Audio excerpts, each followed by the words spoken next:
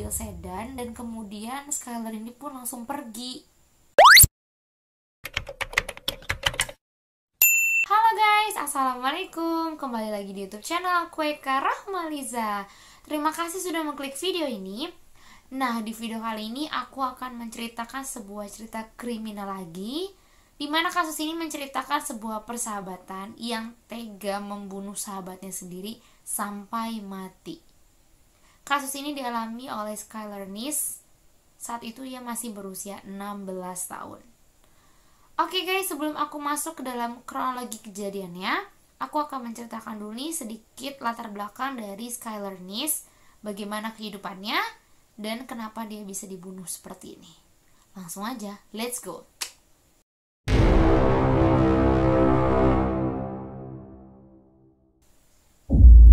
Skylar Nice lahir pada tahun 1996. Ia memiliki hobi membaca, dia juga mempunyai kehidupan sosial yang lumayan aktif. Ia juga suka memposting kegiatan-kegiatan di media sosial. Dia tuh mempunyai impian yang besar di masa depannya. Dan Skylar pun bekerja shifting di Wendy's guys.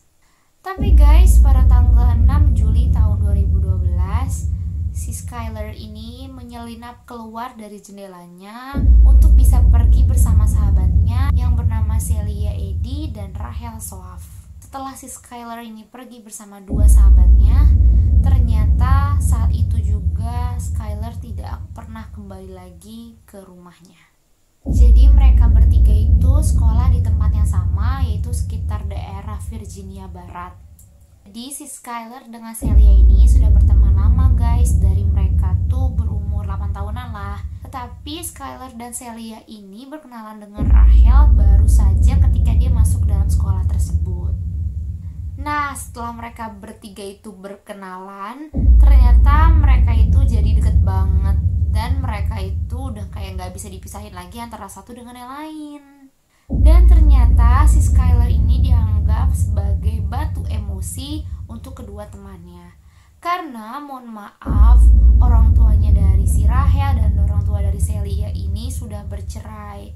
Sangat berbeda dengan keluarganya si Skylar yang orang tuanya itu sangat harmoni. Tuanya Skylar pun selalu percaya dengannya tanpa membatasi dirinya menjadi diri sendiri. Jadi orang tuanya Skylar itu sudah menganggap si Celia sebagai anaknya sendiri. Tetapi kalau si Rachel ini dia berasal dari keluarga Katolik yang sangat ketat. Jadi kalau di rumah itu si Rachel itu suka dikekang gitu sama orang tuanya. Dia keluar dari rumah, dia tuh ngerasa dirinya tuh sudah bebas dan senang ketika dia bertemu dengan si Celia yang menurut dia adalah sosok yang sangat periang, liar, dan juga bebas. Jadi di antara mereka bertiga itu memang yang paling dekat itu adalah si Celia dengan si Rachel, bukan ke si Skylar.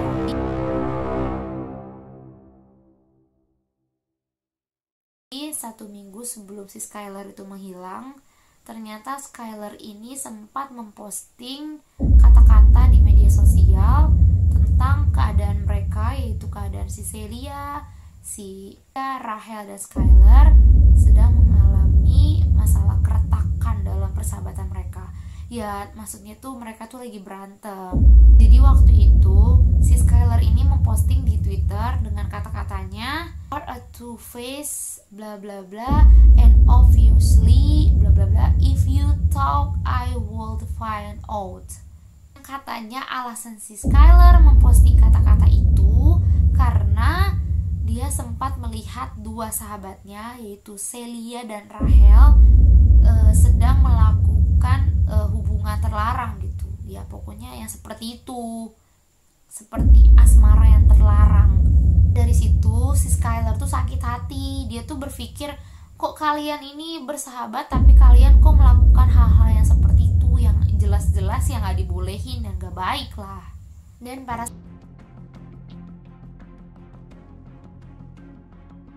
saat itu tanggal 6 Juli tahun 2012, rekaman CCTV apartemen si Skylar ini menyatakan bahwa Skylar ini keluar menyelinap dari jendela menuju arah mobil, yaitu mobil sedan, dan kemudian Skylar ini pun langsung pergi. Dan keesokan harinya harusnya itu kan si Skylar ini kerja shifting di Wendy's, tetapi dia tuh nggak ada kabar. Dan ini merupakan hal yang nggak biasa karena si Skylar ini orangnya rajin masuk kerja. Dia tuh jarang kalau dia mau bolos kerja. Dan akhirnya orang tuanya Skylar pun curiga karena waktu dia mengecek ke kamarnya Skylar tuh nggak ada. Dan dia beranggapan bahwa Skylar tuh nggak mungkin kabur karena sikat giginya, casannya, dan juga perlengkapan alat mandinya, bahkan bajunya Skylar pun masih ada di dalam kamarnya. Dan akhirnya orang tuanya Skylar pun langsung melaporkan kepada polisi bahwa putrinya itu hilang. Dan waktu itu juga Celia langsung menelpon orang tuanya si Skylar. Dia bilang kayak gini, Om tante, si Skylar ini semalam memang pergi berdua bersama kami. Dia emang menyelinap gitu keluarnya dari jendela karena dia takut kalau misalnya nggak diizinin sama om buat keluar. Dan waktu pulangnya juga Skylar tuh minta sama kami kalau dia tuh nggak mau diturunin di depan rumah, jadi dia mau diturunin di ujung jalan. Alasannya kata Skylar gak mau ngeganggu om sama tante yang lagi pada tidur. Nah, dari penjelasan dari si Celia itu, malahan orang tuanya si Skylar ini jadi curiga ke mereka berdua. Karena orang tuanya si Skylar tuh tahu banget anak tunggalnya ini memang dia tuh agak-agak penakut. Jadi dia gak akan mau diturunin di ujung jalan, dia pasti mau diturunin di depan rumah. Nah, inilah yang membuat orang tuanya tuh makin curiga kepada mereka berdua. Dari sini mulailah keterlibatan mereka berdua dalam kasus kehilangannya Skylar. Akhirnya, setelah si Celia itu memberikan keterangannya lewat telepon itu, mereka berdua, yaitu si Celia dan Rahel pun akhirnya diperiksa oleh polisi. Saat itu, dia dan Rahel menjemput si Skylar itu pada waktu jam 11 malam. Dan dia langsung memulangkan si Skylar ini sebelum tengah malam. Dia bilang pergi sebentar aja gitu. Tapi sayangnya di rekaman CCTV itu mengatakan sebaliknya. Di dalam CCTV-nya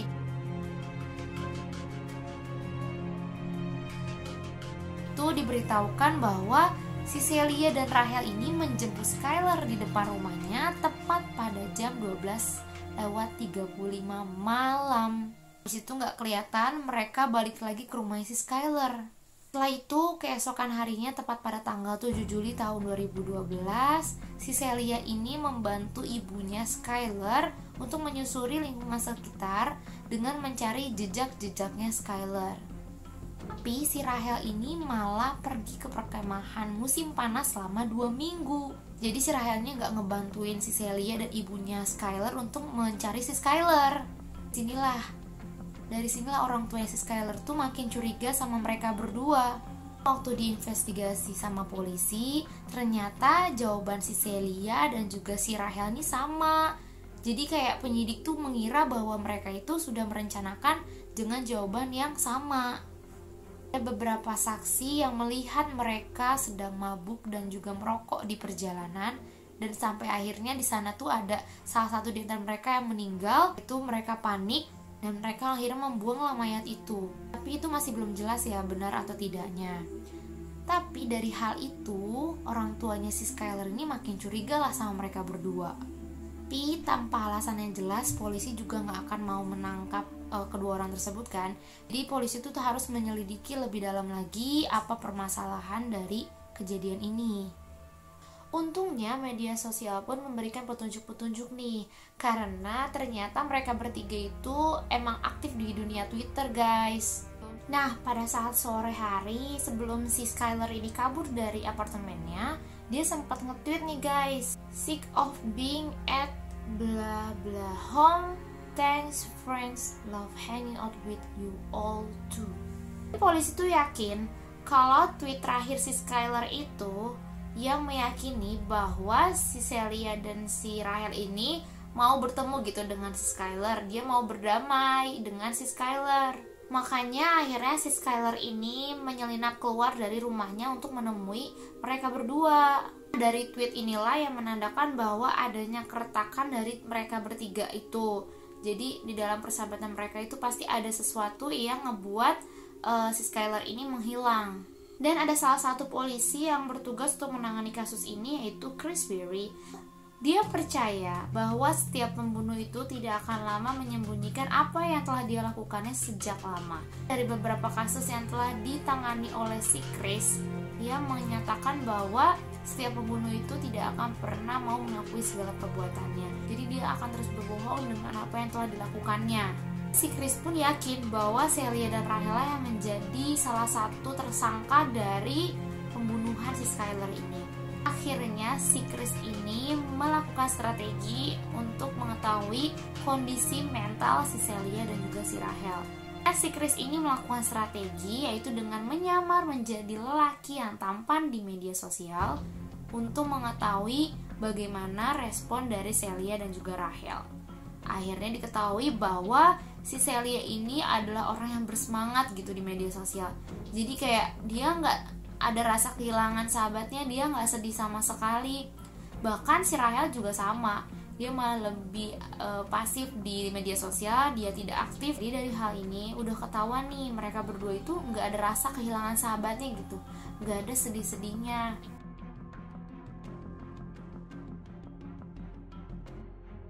Setelah kejadian itu, sebenarnya si Rahel dan juga si Celia ini tuh mendapatkan bulian banyak dari netizen di media sosial. Jadi dia tuh dituduh gitu oleh netizen bahwa mereka lah penyebab atau pembunuh dari Skyler ini. Mereka berdua emang belum ditangkap oleh polisi karena emang buktinya itu kan belum kuat. Jadi polisi tidak mau menangkap mereka kalau buktinya belum kuat.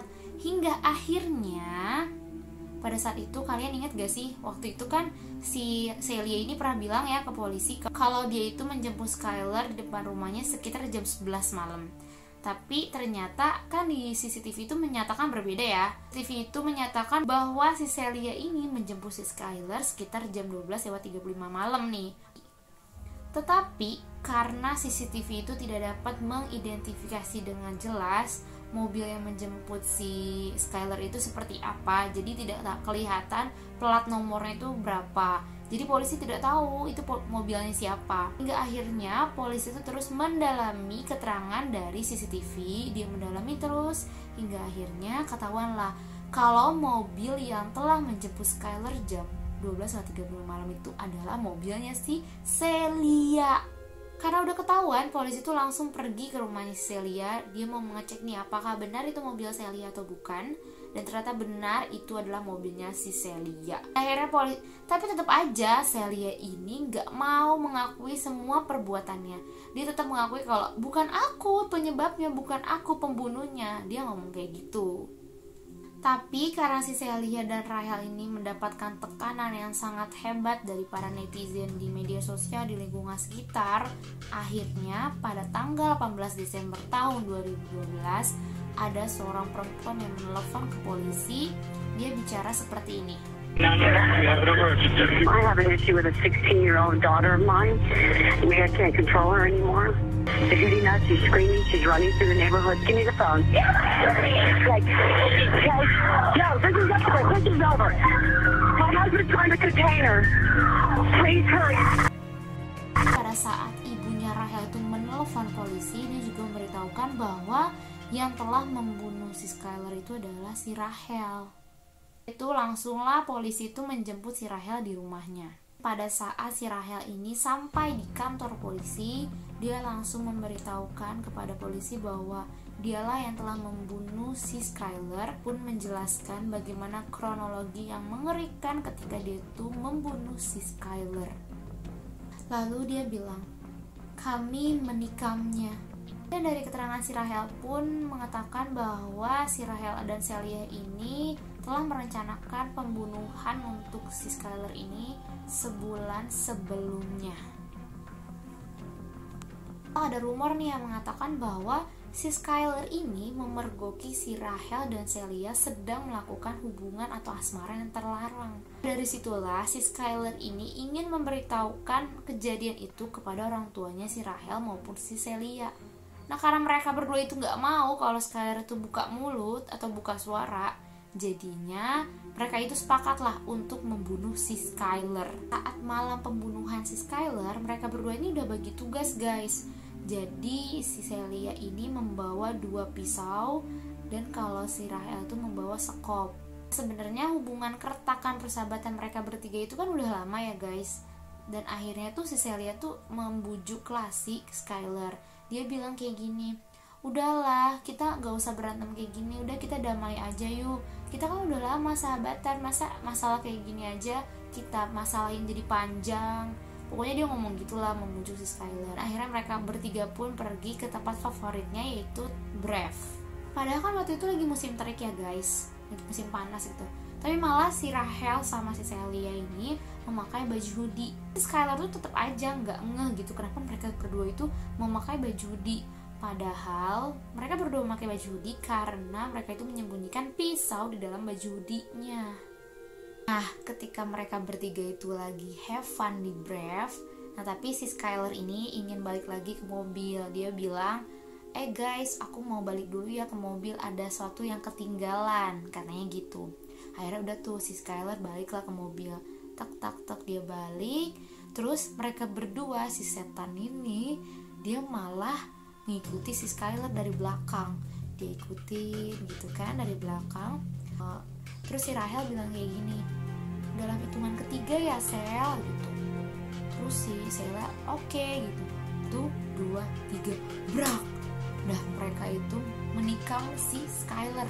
Dan setelah itu si Skyler tuh sempat lari kabur dari mereka berdua dan dikejar lagi sama si Rachel dan si Sela. Dia kejar lagi sampai dapet. Terus mereka itu menikam lututnya si Skyler, brak gitu. Hingga akhirnya si Skyler itu udah gak bisa lari lagi karena lututnya itu kesakitan. Mereka itu tetap menikam si Skyler itu sampai si Skyler itu mati sekarat. Tetap menikamnya. Ketika si Skyler ini lagi sekarat, kalimat yang diucapkan untuk mereka berdua itu hanya kenapa. Ya Allah, dia cuma ngomong kayak gitu guys. Dan udah kayak gitu, mereka itu tetap aja menikam si Skyler ini sampai dia meninggal. Dan kalian tahu nggak berapa kali mereka menikam si Skyler? 50 kali guys. 50 kali, ya Allah, bener-bener itu orang. Setelah mereka itu mengakui semua perbuatannya kepada polisi, akhirnya tepat pada bulan Januari tahun 2013, para kepolisian ini pun memaksa dia untuk memberitahukan di mana mereka membuang mayatnya si Skyler. Nah, karena di sana itu masih musim salju, jadi si Celia ini lupa lah di mana dia itu membuang mayatnya si Skyler. Akhirnya setelah seminggu kemudian dicari terus sama polisian, akhirnya si mayatnya si Skyler ini ketemu dan mayatnya Skyler ini sudah tidak dapat diidentifikasi lagi. Ya, tepat pada tanggal 13 Maret tahun 2013, laboratorium rumah sakit menyatakan bahwa memang benar ini adalah mayat dari si Skyler. Akhirnya si Celia ini didakwa dengan pembunuhan tingkat pertamanya dan kemungkinan si Celia ini dihukum seumur hidup di penjara, tapi dengan adanya pembebasan bersyarat pada saat dia tuh udah 15 tahun penjara. Sementara si Rachel ini menerima hukuman 30 tahun penjara, tapi kemungkinan si Rachel ini juga mendapatkan keringanan hukuman penjara karena telah membuka suara tentang semua kejahatannya dan dia juga telah menyeret Celia ke dalam penjara. Tapi keputusan pengadilan itu sangat memberatkan keluarga korban, yaitu keluarganya si Skyler Niss. Orang tuanya itu mengatakan bahwa tidak ada hukuman yang lebih ringan lagi ketika seorang itu sudah menjadi pembunuh. Pergiannya si Skyler Niss ini menyisakan luka yang sangat mendalam bagi keluarganya si Skyler, terutama orang tuanya, maupun kesedihan dari kerabat dan teman-teman terdekatnya si Skyler. Oke guys, itu tadi ceritanya dari si Skyler Niss, orang yang menjadi korban pembunuhan sahabatnya. Jadi pesan yang dapat aku sampaikan di kisah ini yaitu, kalian kalau punya sahabat, tolong dijaga sahabatnya itu baik-baik. Tolong jaga mereka, tolong sayangi mereka. Karena kalau misalnya kalian itu bersahabat kan pasti pengennya selamanya ya akur-akur aja gitu. Kalau emang lagi selek atau berantem ya wajar sih, namanya juga sahabatan gitu. Itu kalian bisa perbaikilah secepatnya. Dan satu hal lagi, kita harus pintar dalam memilih sahabat. Mana sahabat terbaik, mana sahabat yang buruk. Yang buruk maksudnya ada ketika lagi suka aja. Padahal sahabat itu kan harus ada di saat lagi suka maupun lagi duka. Jadi Jika kalian memiliki sahabat yang selalu ada di saat suka maupun duka, tolong jaga mereka, sayangi mereka. Oke guys, terima kasih sudah menonton video ini. Kalau ada salah kata mohon dimaafkan. Jangan lupa untuk like, komen apa aja yang selanjutnya akan aku bahas. Dan jangan lupa subscribe, karena subscribe itu gratis guys. Terima kasih guys. Wassalamualaikum warahmatullahi wabarakatuh. Dadah. Sendiri.